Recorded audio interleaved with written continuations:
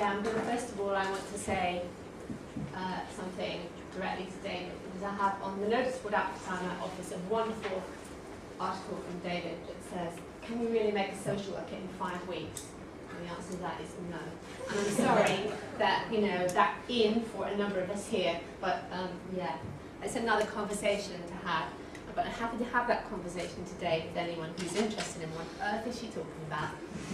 Okay, so I've got 10 minutes and I'm going to talk very briefly about 2 big issues, knowledge transfer and impact. But first of all, I'm going to locate myself. I've lived, worked around the world. I grew up in this area and I've come back to this area. I live in Bishopstone, that's very close to Newhaven, for those of you who know the geography. I have an very elderly 93-year-old mother who lives in her own home. She has dementia, she has carers, she lives in East Sussex. The memory clinic at Newhaven has been important in her and my life. And one of the attractions of this particular project was that it touched on a number of personal things for me. Like many of us, I expect, I drive around Newhaven, typically, rather than into it. And that says a lot about the community. It also says a lot about the urban planners and designers who wrecked this town by the road system. Okay, I'm going to start by talking just very briefly about what our contribution was, Department of Social Work, to this knowledge transfer partnership, which I'm going to call the KTP. And co-production. What did we bring? So we brought to the partnership our research track record, particularly within our research, a track record of co-production, participation and partnership. So of involving service users, carers, practitioners in our research from the beginning, from the design stage, as well as throughout the implementation stage. A commitment to research that has an ongoing impact by generating change in policy and practice. The user and carer network that was established in 2003 that actually are very important in contributing to our teaching and our research in social work. And finally, and you're going to hear more about this later, the appointment of Andy, an experienced KTP associate. So impact. Michael referred to this in his welcome about the fact that we are also under intense scrutiny in relation to the impact of our research. And I just put up there some of the words that this means in terms of the evaluation of our research.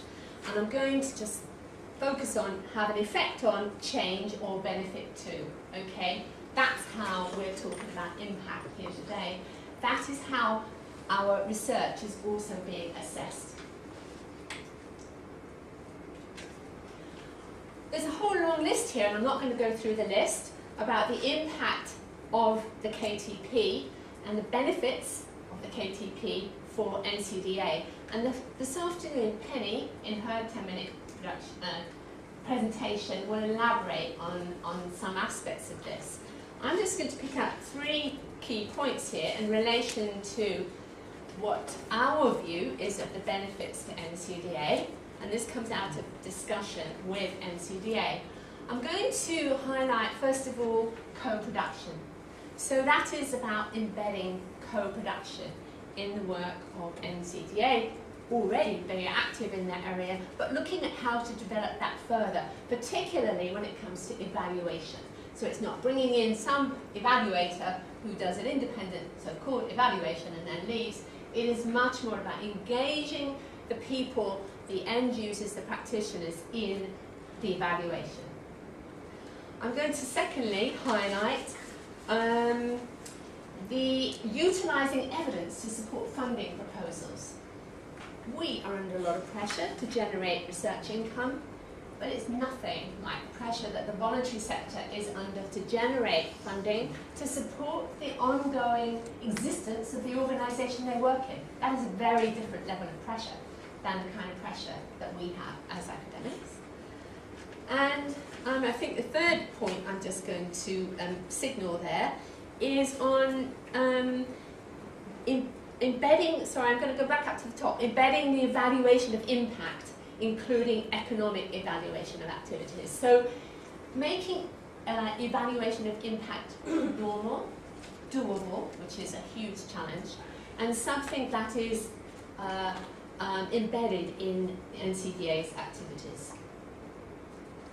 What about the benefits for us? Terry Corner, who's here from KTP, would say to us, what's the university getting out of this? And he pushed us, what are we getting? It's not about one-way traffic, and it certainly isn't. And these are some of the things that we have already gained, not only interestingly, I would say unexpectedly, not only from social work, but also from other departments in the university. And later on, you're going to hear from Sue Holloway from Pro Bono Economics about how economics has become involved in an evaluation, in the evaluation at NCDA. And you've already seen a film, and you're going to see another film later, that was made with the young people who live in Newhaven. Now, one of the things I'm interested in, and I'm going to just go over this quite quickly, but there is a body of literature, and it's a growing body of literature about knowledge transfer and what on earth this means. And there's other terms that are used, like knowledge exchange, for example. So a growing body of work in this area. And I'm going to highlight a couple of things about what it's meant within our work with NCDA. One is to critically consider with NCDA how research findings might be applicable there and blended, for want of a better word at the moment, with NCDA practice, with what their knowledge, their practice knowledge, so blending the research knowledge with the practice knowledge. And secondly, and this point came up earlier, I think you made it, David, and this is about understanding and managing the interaction of the project with the organisation and the wider context. Evaluation and impact can't just be one snapshot, one point in time, decontextualized. So the context, the understanding of the local organisation and the wider context, very important. And that shows up in the work that's been done on knowledge transfer and sometimes called knowledge translation. Also important, I'm just going to point a couple of things here because these are things that NCDA I think, are good at. Working with and between complex systems of relationships. The Ashridge person already brought up the complexity of these relationships between researchers, practitioners, and users. So all have a role to play in knowledge transfer. And we need to know what those networks are, and we need to make those networks work for us. And lastly, the importance of what we're calling, because the literature calls it, it's called different things in different places, a bridge individual with a specific skill set dedicated to knowledge transfer. And in this case, our research associate, Andy, has been one of those people, but also I think the members of the social work department who've been involved in this project have also played a role there and being bridge individuals in another literature called boundary spanners, which somehow sounds so kind of engineering oriented. I thought, I can't see myself as a boundary spanner, but I quite like the word bridge individual. Okay. Why has it worked? Why has this KTP worked? I'm going to just highlight a couple of things on this list because you'll read the list and a couple of things I've talked about them already. Time. This is a 3-year project. We had to convince KTP that we wanted 3 years, not 2 years, because we knew it was going to take time to get off the ground. And we had a very sympathetic advisor who fought that corner. And believe you me, if you have bureaucracy with the big society application, the bureaucracy with the KTP application has to be experienced to be believed. So time. Shared vision, very important. Shared vision between us and NCDA. And the last thing I'm going to highlight on this slide is it's about cooperation. It is about exchange. It's not about colonisation. It's not about us at the university as being the people who know and the agency as being the people who are waiting to receive knowledge. It is about exchange. So my reflections, my last slide. What's been most challenging? The amount of time spent in meetings. KTP regulate that. They tell us how much time I, as a KTP supervisor, have to spend in meetings. And I have to tell you, I really balked at it. It was a huge amount of time over the last 3 years. I need to work out the amount of time and put it up on a side. However, especially with the Vice Chancellor here, that would be great. I missed an opportunity there. But I actually think it was very productive, I have to say. Having said that, you know, there was a benefit from that.